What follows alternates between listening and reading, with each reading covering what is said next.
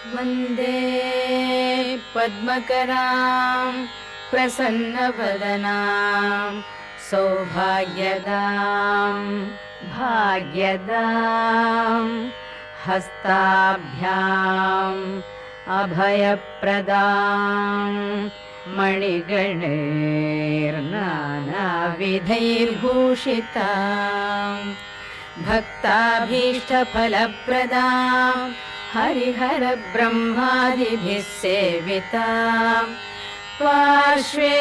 पङ्कजशङ्खपद्मनिधिभिः युक्तां सदा शक्तिभिः सरसिजनिलये सरोजहस्ते धवळतमांशुकगन्धमाल्यशोभे भगवति हरिवल्लभे मनो